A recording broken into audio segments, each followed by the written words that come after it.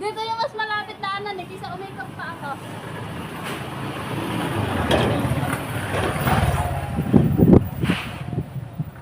Dahil hindi ba masyadong mainit, so dahil nga may bagyo at baka umulan, so ayan, medyo bilad-bilad lang ng konti para matuyo lang yung balat.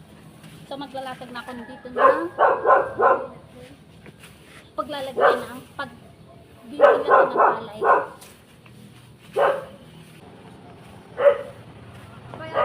Lahat ay lahat.